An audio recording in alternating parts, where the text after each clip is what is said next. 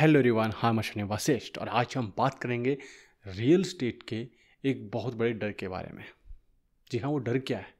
वो है इन्वेस्टर्स में से कुछ लोग जो 2-4% हैं। देखिए, कोई भी है जहाँ पे इन्वेस्टर होते हैं, कुछ लोग वो होते हैं जो मार्केट को देखना चाहते हैं कि अप होता रहे, वो ऊपर की तरफ जाता रहे, और कुछ लोग ऐसे हैं कि गिरे यार, कभी तो गिरे कि मैं यहाँ पे इन्वेस्टमेंट करूँ। अब दोनों ही अपनी जगह सही है, लेकिन स्टॉक मार्केट में भी ऐसा चलता है, रियल एस्टेट में भी ऐसा चलता है, और जो दूसरे इन्वेस्टमेंट हैं उनमें भी ऐसा देखने को मिलता है। लेकिन यहाँ पर बहुत सारी ऐसी कुछ बातें लेकर आई जाती हैं जिनका कहीं तो वर्थ है, कहीं पे नहीं है। आज हम बात कर रहे हैं एक ऐसे ही डर का कि उसका इम्पैक्ट रियल एस्टेट मार्केट पे क्या होने वाला है। बात कर रहे हैं चाइना की। चाइना में आपने देखा होगा पिछले कुछ दिनों से बहुत बुरा हाल है रियल एस्टेट का। रियल एस्टेट में उनकी बहुत बड़ी कंपनी एवरग्रांड 300 बिलियन US डॉलर का डेप्ट है और डिफ़ॉल्ट हो चुकी है। बहुत सारे इन्वेस्टर का पैसा डूब चुका है। इसी तरीके से उनकी एक और कंपनी बिल्कुल ऐसे स्टेज पे खड़ी है कि कभी भी डिफ़ॉल्ट हो सकती है। कंपनी का नाम है कंट्री गार्डन। इसके साथ साथ और भी कुछ छोटी कंपनीज हैं जो इसी तरीके से और ऐसे ही दौर में चाइना में गुजर रही हैं। अब एक दौर था कि चाइना के अंदर जो सबसे बड़ा पैसा कहीं से बन रहा था इन्वेस्टर का, वो था रियल एस्टेट। रियल एस्टेट से इतना ज़्यादा पैसा बनाया है लोगों ने कि छोटे छोटे इन्वेस्टर भी बहुत बड़े इन्वेस्टर बन चुके हैं चाइना के अंदर। कुछ लोग उनमें फंस भी चुके हैं, कुछ लोगों ने एग्जिट कर लिया, और कभी जो सोने की अंडे देने वाली मुर्गी जिसे कहा जाता था चाइना के अंदर, आज वहाँ उसी से लोग डरने लगे हैं। वीडियो के एंड तक बने रहना, मैं आपको गारंटी देता हूँ कि आप जब लास्ट तक इस वीडियो को देखेंगे आपको अच्छे से समझ में आ जाएगा कि क्या इम्पैक्ट इसका होने वाला है। मैं पॉइंट टू पॉइंट बात करने वाला हूँ और बहुत सारे एग्जांपल्स लेकर भी आपसे बात करूँगा। चैनल को सब्सक्राइब कर लेना यदि आप रियल एस्टेट में आपको इंटरेस्ट है, आप इन्वेस्टर हैं या इन्वेस्ट कर चुके हैं या फ्यूचर में आपका कुछ ऐसा प्लान है, और ऐसे कुछ और भी लोग हैं तो उनको आप शेयर भी कर सकते हैं।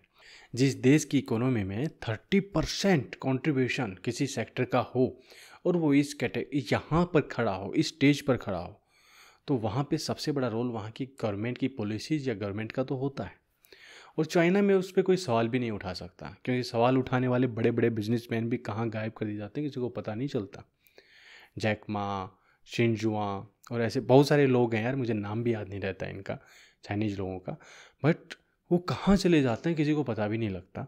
तो वहाँ पर कोई सवाल भी नहीं उठा सकता, और इसका सबसे बड़ी वजह रही कि जो ग्लोबल इन्वेस्टर थे वो एग्जिट करने लगे। सो ऐसी सर्कमस्टेंसेस वहाँ पे बन चुकी हैं कि इन्वेस्टर को लगता ही नहीं कि तुझे यहाँ पर प्रॉफिट होगा। ये तो आप छोड़िए, आपने जो पैसा लगाया है वो भी वापस हो जाएगा। सो वहाँ पे बहुत सारे चैलेंजेस हैं जो इंडिया में नहीं है। आप लोग जानते हो वेस्टर्न कंट्रीज US वगैरह का क्या रिलेशंस हैं चाइना के साथ आज के दिन। आप ये लगा के चलिए कि शीत वार चल रही है, कोल्ड वार चाइना के साथ आपके जो वेस्टर्न कंट्रीज हैं, US है। इस वजह से जो राजनीतिक रूप से चाइना को कुछ चैलेंजेस जो सामने आ रहे हैं, इंडिया के सामने बिल्कुल भी नहीं है। इंडिया के लिए रेड कारपेट बिछाया जाता है। और आजकल कुछ ऐसा भी देखने को मिल रहा है कि चाइना में जो भी बुरा होता है, वहाँ की इकोनॉमी पे जो बैड इफ़ेक्ट्स होते हैं, इंडिया के लिए वो अपॉर्चुनिटीज होती हैं। अब आपने देखा रियल एस्टेट में भी एक बहुत बड़ा कारण है कि इंडिया का जो रियल एस्टेट है वो पंख उड़ाकर दौड़ रहा है ना, उसका बहुत बड़ा रीज़न ये भी है कि बाहर से पैसा भी बहुत सारा आ रहा है। यही ग्लोबल इन्वेस्टर होते हैं, चाइना इंडिया की तरफ देखते भी नहीं यदि चाइना में बहुत कुछ अच्छा हो रहा होता तो इंडिया के सामने क्या चैलेंजेस हैं मैं वो भी किसी दूसरे वीडियो में शेयर करूंगा। लेकिन आज हम बात कर रहे हैं ओनली कि चाइना का क्या इम्पैक्ट पड़ रहा है, चाइना की जो रियल एस्टेट इंडस्ट्री है जिस तरीके से हिली हुई है, इंडिया का क्या होगा उसकी वजह से। सो आज हम इसी पे अपना पूरा ध्यान रखेंगे। अब सेकंड आता है, यदि हम बात करें जहाँ पे चाइना में 30% कॉन्ट्रीब्यूशन था, जो डेवलप्ड कंट्रीज हैं ज़्यादातर 15%, 16%, 17% ये कॉन्ट्रीब्यूशन वहाँ की इकोनॉमी में रियल एस्टेट का है, बट इंडिया में ओनली 7% है। अब इंडिया में 7% है, 2045, 46, 47 के आसपास। हम एवरेज बात कर लेते हैं, जो अलग अलग रिसर्च जो हुए हैं उनमें एवरेज बात कर लेते हैं, तो वो 15% के आसपास का बताया जाता है कि 15% इंडिया में होगा 2045, 46, 47 तक टोटल इकोनॉमी का। अब 15% होगा, टोटल इकोनॉमी कितनी होगी? तब तक यदि मैं अलग अलग रिसर्च के आधार पे बोलूँ तो वो 25-26 ट्रिलियन डॉलर की हो जाएगी। 25, 26, 27 डॉलर के अलग अलग रिसर्च हैं, उसके आधार पे बोल रहा हूँ।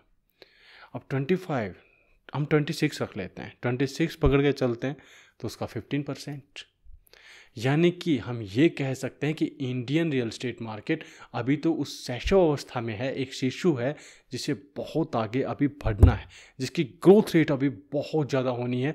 मैं ये नहीं कहता कि वो लगातार होगी, कुछ चैलेंजेस भी आएंगे, कभी स्टक भी होगी, स्टेबल भी होगी, बट यदि हम लास्ट तक की बात करेंगे तो फिर कहाँ होगी वो आप समझ सकते हैं। थर्ड, गवर्नमेंट्स की बात आती है, पॉलिसीज़ की बात आती है। तो जिस तरीके से मैंने आपको बताया कि चाइना जिस तरीके से पॉलिसीज़ अपनी लागू करता है, जिस तरीके से एक्शंस लेता है, वो इंडियन गवर्नमेंट कभी भी नहीं लेती। यहाँ पर बहुत कुछ सोचा जाता है, समझा जाता है, उसके बाद ही जो दूसरे देश के इन्वेस्टर हैं, ग्लोबल इन्वेस्टर हैं, उनकी भी चिंताएं देखी जाती हैं और उसके बाद ही कोई एक्शन लिया जाता है। बट चाइना में ऐसा नहीं है, इसलिए चाइना में ऐसा हो रहा है और इंडिया को ये फ़ायदा मिल रहा है, क्योंकि इंडिया एक डेमोक्रेटिक कंट्री है, चाइना आप सब लोग जानते ही हैं। सो इस वजह से इंडिया के ऊपर अभी इसका बहुत बड़ा इम्पैक्ट पड़ा है, ऐसा पॉसिबल नहीं है। यदि मैं माइनर की भी बात करूं तो भी वो कुछ हो सकता है, कुछ सेंटिमेंट्स के आधार पे कह सकते हैं, जो मैं 2-4% लोग ऐसे कमेंट्स करते हैं या जिनको डर है उनके आधार की बात करें हम, तभी ये हो सकता है। तब भी हम इतना बोल सकते हैं कि पॉइंट कुछ परसेंट यदि ऐसा होगा तो हो सकता है। अदरवाइज कुछ जो रियल एस्टेट मार्केट के सामने जो चैलेंज आने वाले मैं दूसरे आपके किसी वीडियो में शेयर करूंगा। इस चैनल से जुड़े रहना, सब्सक्राइब कर लेना एंड शेयर करना, मैं फिर से कह रहा हूँ। और एक और बात मैं शेयर करने वाला हूँ आपको कि चाइना के अंदर बहुत बड़ी बात है, चाइना के अंदर सभी इन्वेस्टर ने पैसा नहीं कमाया। कुछ इन्वेस्टर हैं जो आज भी पैसा कमा रहे हैं और कंटिन्यूसली कमा रहे हैं और आगे भी कमाते रहेंगे, ऐसी चांसेस वहाँ पे अभी दिख रहे हैं।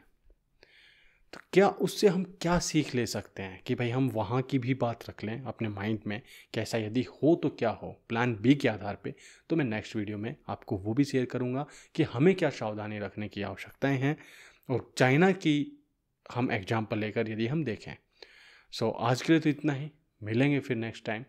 और चैनल को सब्सक्राइब कर लेना, शेयर कर लेना। मैं फिर से कह रहा हूँ, बहुत ज़्यादा एक अच्छा रोल आपके इन्वेस्टमेंट में निभाएगा ये चैनल, ये मैं आपको गारंटी दे सकता हूँ।